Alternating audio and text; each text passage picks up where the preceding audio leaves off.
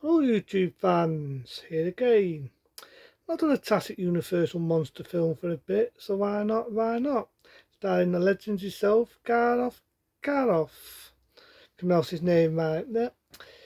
Garoff. The original star who played Frankenstein, the monster that is. That's right, Garoff. I think his name was. And yeah, one of the Bices, as we all know, when Ben Bitosi played the legendary Dracula in 1931. The same day, instead of Get Off decided to do the version of Frankenstein.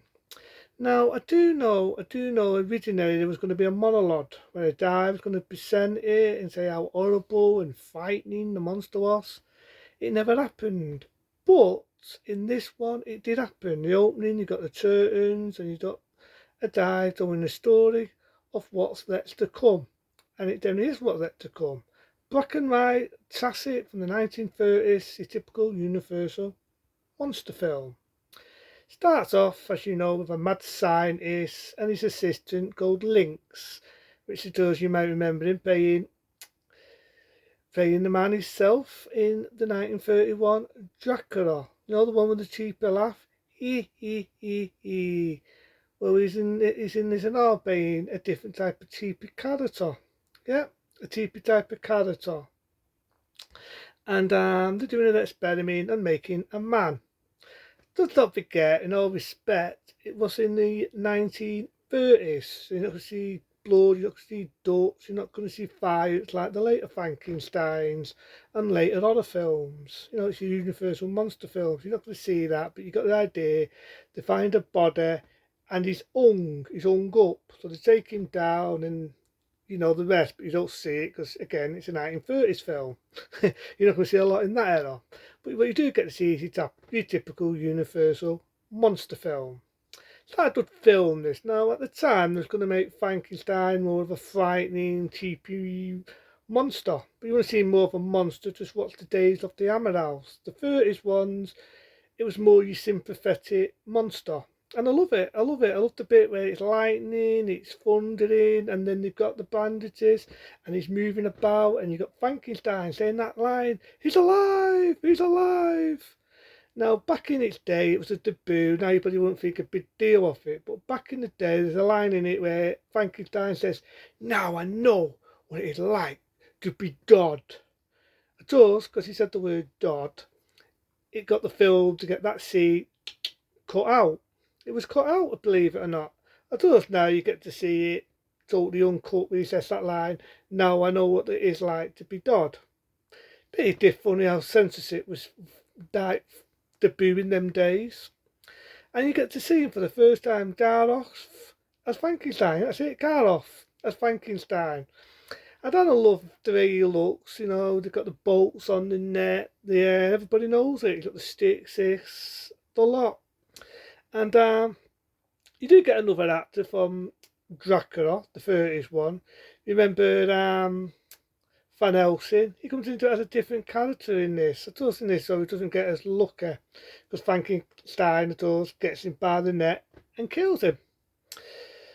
But again, it's not as gruesome, it's not fire, because again, it's 1930s, it's 1931. But Lynx, you know, when he played Fencefield in Dracula, he gets killed. But if you think about it, Lynx, he was a bit of a dick, really, anyway.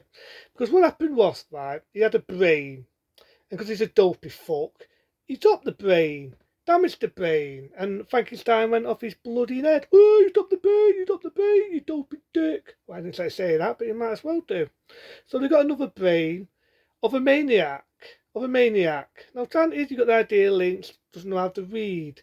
But this is Frankenstein. He doesn't know how to read. He's a fucking scientist for crying out loud.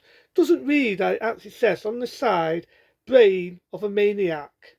Doesn't read it. So he sticks the brain in obviously a dead person, brings him to life, and that's how you get our monster, Frankenstein.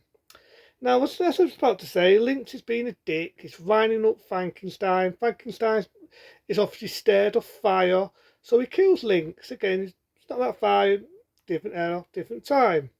Frankenstein gets out. Now there's another taboo scene what originally was also cut. There's a little door, a lot of people might remember this scene. There's a little door where she's got flowers and she's throwing them in water.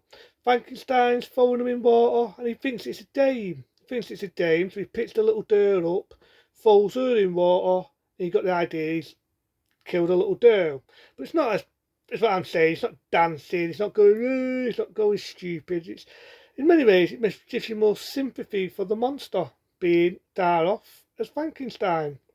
At the time, the scene was again cut because it's a little girl. I mean, for that era, even now, but it's not as what I'm saying it is. The father somehow finds the body, but it always got me that because the father of the little girl just buggered off somewhere. He never seen it, and then suddenly he's got hold of the little girl. He's walking about with her, and you know the idea people find out the monster's about. Now Frankenstein, as you know in the film, is about to get married. Right? He had a woman who's going to get married, and Frankenstein sort of turns in the window, but he passes out, and then the people are going after Frankenstein. They're going after him. And I've got to admit, the 1931 version of Frankenstein, I do admit that I appreciate the ending of this a lot more than Ben Bedosi's Dracula.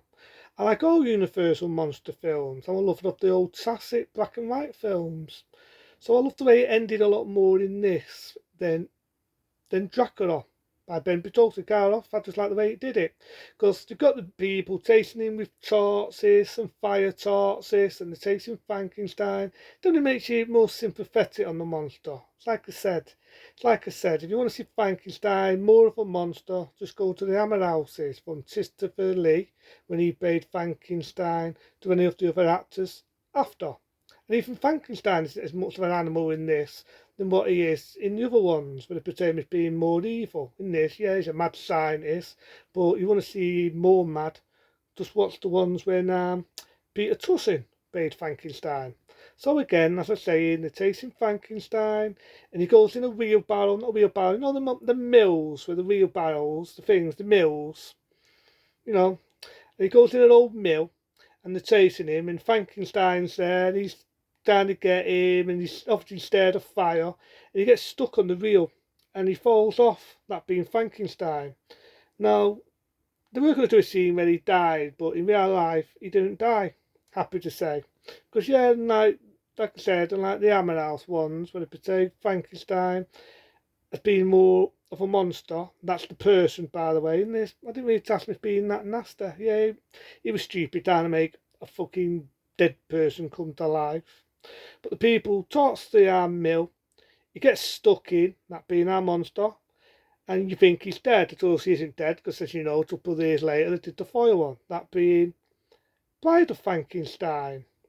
Obviously, Frankenstein didn't die because he's back, he's all bandaged up. The father of Frankenstein says, well done. He kisses his woman. The end, as he did in the mirrors. End of movie. End of movie. So yeah, Frankenstein from 1931.